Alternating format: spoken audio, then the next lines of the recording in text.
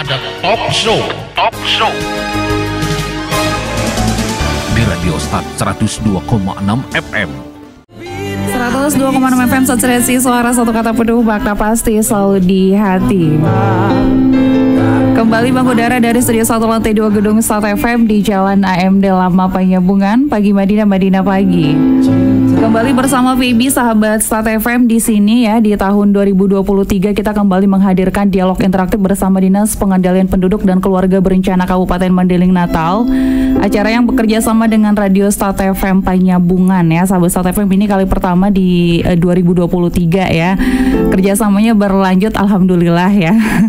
Dan untuk hari ini di 22 Februari 2023 kita live di Studio 1 sahabat Start FM untuk membahas mengenai keluarga berencana. Dan untuk membahas mengenai keluarga berencana ini kita sudah kehadiran narasumber kita di studio kita ini. Ada Bapak Samsudin Harahap dan juga Ibu Marfuah Aulia yang udah hadir. Selamat pagi.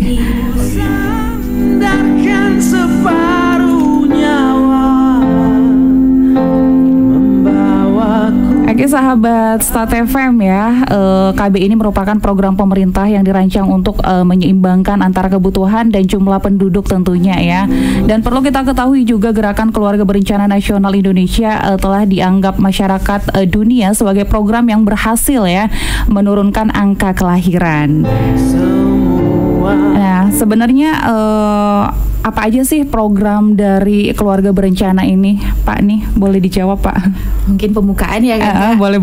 Di hari pertama kembali lagi kami datang ke sini untuk menggerakkan yang namanya keluarga berencana di bumi kita Gordang Sambilan. Sebenarnya keluarga berencana itu sering udah didengar sama masyarakat. Gimana keluarga berencana itu kita kayak mana membuat masyarakat kita itu paham itu bahwa anak-anak yang kita miliki nantinya, keluarga yang kita miliki nantinya adalah keluarga yang berkualitas. Program keluarga berencana ini salah satunya adalah penggunaan alat kontrasepsi. Jadi banyak program di keluarga berencana, tapi paling utama yang hari ini kami bakal bahas ini tentang penggunaan alat kontrasepsi. Jadi dasarnya program keluarga berencana itu tujuannya itu gimana membuat keluarga kecil berkualitas, bahagia dan sejahtera.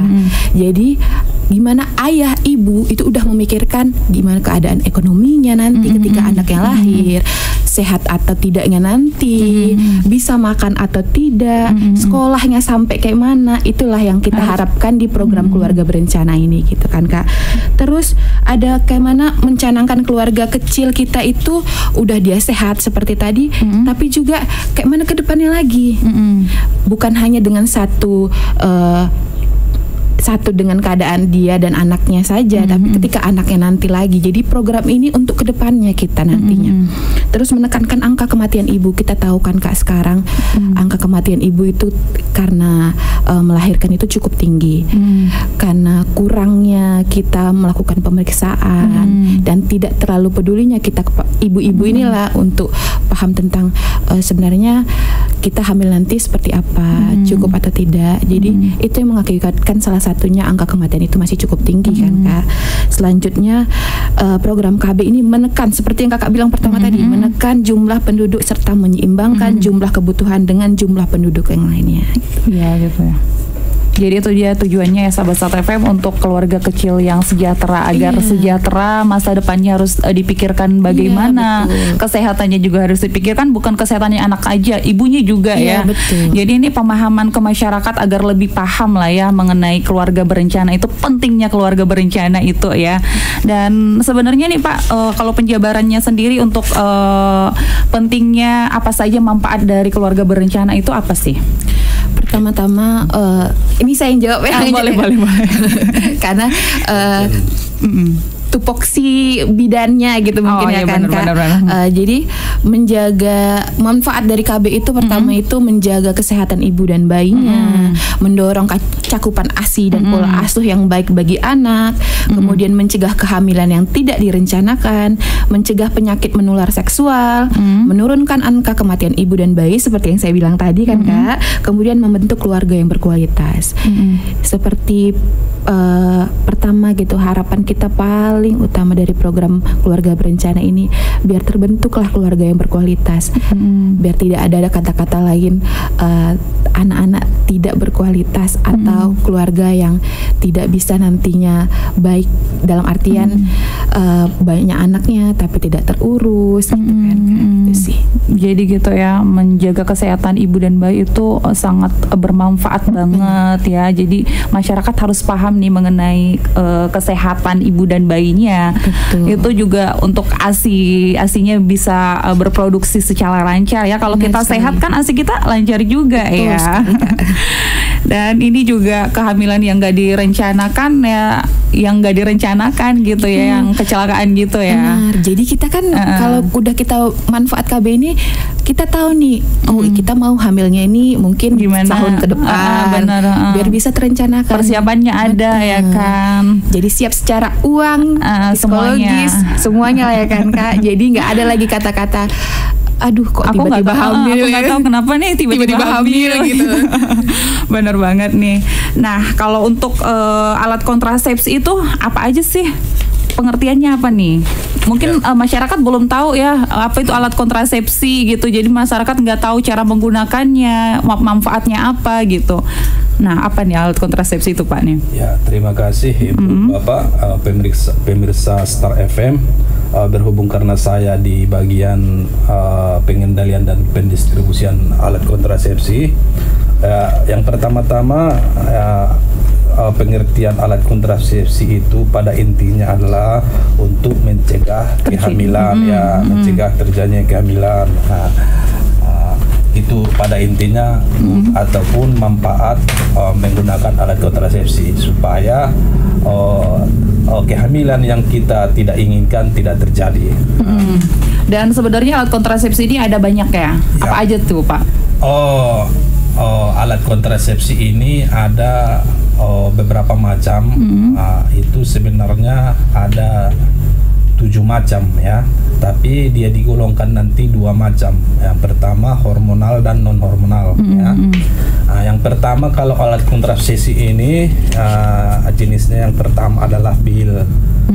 Pil ini dimakan biasanya sekali sehari gitu ya. Dan ini termasuk dia jenis alat kontrasepsi yang hormonal dia ya, masuk ke hormonal. Dan ini pun kita golongkan lagi nanti ini ke alat kontrasepsi jangka pendek gitu ya, karena dia dimakan setiap hari gitu ya. Oh jadi harus setiap hari? Ya, karena pil itu harus setiap hari. Nanti ada kontrasepsi jangka panjang, metode kontrasepsi jangka panjang ataupun MKJP itu karena lamanya itu bertahun-tahun, jadi dia kita golongkan menjadi metode kontrasepsi jangka panjang ya. Itu ini yang kedua, alat kontrasepsi ini termasuk suntik ya. Suntik ini ada suntik 1 bulan ataupun suntik 2 bulan. Ini pun kita biasanya ini kita golongkan ke metode kontrasepsi jangka pendek karena ini dilakukan sekali sebulan ataupun sekali 3 bulan. Dan ini pun masuk dia di hormonal ya jenisnya. Dan sekarang baik pil ataupun suntik sekarang udah ada 2 macam. Pil yang ada khusus untuk menyusui supaya tidak terganggu asinya. Ada juga suntik yang untuk khusus menyusui supaya tidak terganggu asinya untuk anaknya itu nanti. Yang ketiga ya inilah yang termasuk MKJP, metode kontrasepsi jangka panjang, yaitu implan IUD. Ya, implan IUD ada nanti 2 lagi, itu MOE atau MOP, metode kontrasepsinya itu model operasi wanita ataupun pria, tubektomi ataupun vasektomi untuk laki-laki, tubektomi perempuan ya. Jadi kalau implan ini tadi termasuk seperti saya sampaikan tadi, termasuk metode kontrasepsi jangka panjang. Ini merupakan alat kontrasepsi yang digunakan di tangan, di lengan tangan ya, di lengan tangan atas bawah kulit. yang sering juga kita silakan itu di masyarakat susuk ya. Dan ini tidak mengganggu produksi ASI bagi ibu yang sedang menyusui ya. Dan yang seterusnya itu alat kontrasepsi IUD. IUD ini pun tadi kita golongkan ke metode kontrasepsi jangka panjang karena ini waktunya ini dari sampai 8 tahun, dari 5 sampai 10 tahun malah ini.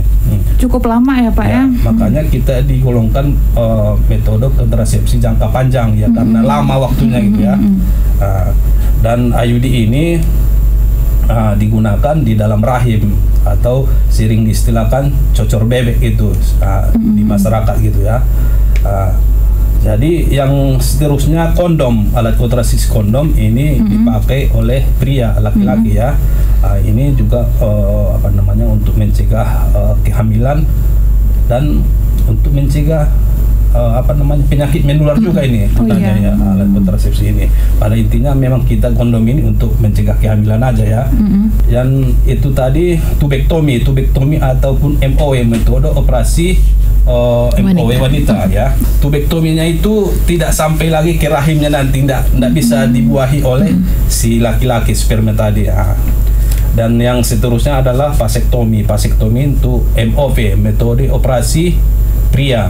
Itu seperti tadi dihambat ataupun dipotong ataupun diikat ya saluran sperma si laki-laki itu supaya tidak sampai membuahi ataupun masuk ke spermanya ke dalam rahim si perempuan tadi. Jadi tidak sampai membuahi si perempuan tadi. Jadi ini semua alat kontrasepsinya ini aman ya, dijamin aman. Aman, benar.